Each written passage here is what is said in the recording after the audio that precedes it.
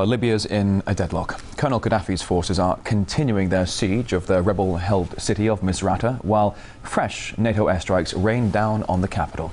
Well, more than a month into the Allied intervention, there's been a lot of discussion about the real aim of the action, but there's little said about what the rebels actually want. RT's Yegor Piskunov tried to discover for himself their hopes and whether they'll ever come true. For years, Salim has been struggling to keep his auto parts shop running. He claims even opening it meant paying thousands in bribes to various officials, all linked to either Gaddafi or his family. I won't even begin to describe how hard it was to start this business. Gaddafi has his hands on everything. For decades, he's been taking money from ordinary people, but now it's time for it to be returned. Sure, small private business does exist in Libya. But with the colonel and his close allies controlling all sectors of the economy, it's a huge struggle for any businessman to make decent profits. The idea that the revolution will open the flow of cash for everyone to enjoy is backed by all rebels, from farmers to the military command.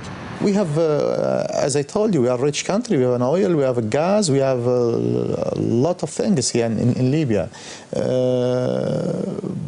Economically, we are not worried about that. And I will invite you after 2 years, inshallah, to visit Libya, and you will see. But some analysts don't share this optimism and doubt NATO is the guardian angel it promises to be. It has nothing to do with humanitarian aid, nothing to do with democracy, nothing to do with helping the people.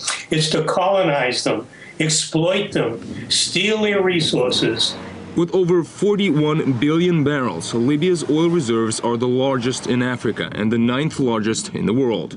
There's so much oil, filling up a gas tank on a mid-sized car costs less than $10.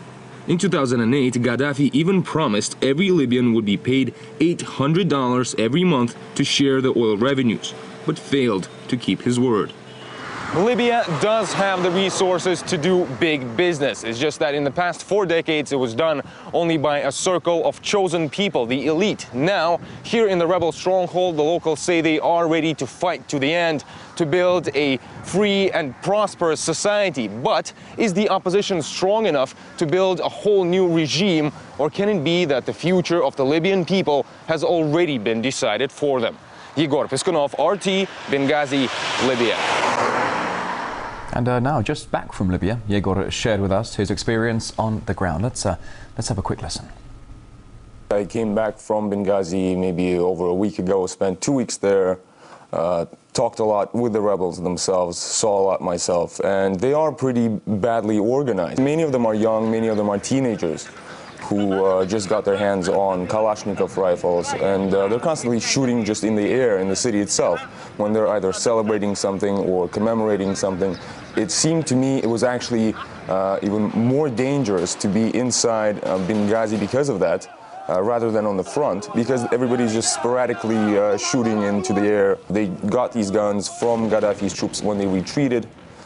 So when we're talking about their actions on the front, they're totally discoordinated, poorly trained. One of our teams was filming there at the front. They got caught by a mortar attack. So when everybody was running back from the front, they saw how the rebels were actually running faster than our team. Plus, with many European countries now saying that they're going to send trainers to help organize the rebels, it's really hard to say how long this may take. Russia came out recently, talked to the Libyan Prime Minister, said, look, we are ready to mediate this, but all sides have to abide by the UN resolution. The fighting must stop. RT's Yegor Piskunov there, just back from Libya. Well, that rebels now rely on international help, it makes the situation more dangerous, promoting the idea of uprisings in other countries. Now, this is the warning from the Russian Foreign Minister, Sergei Lavrov.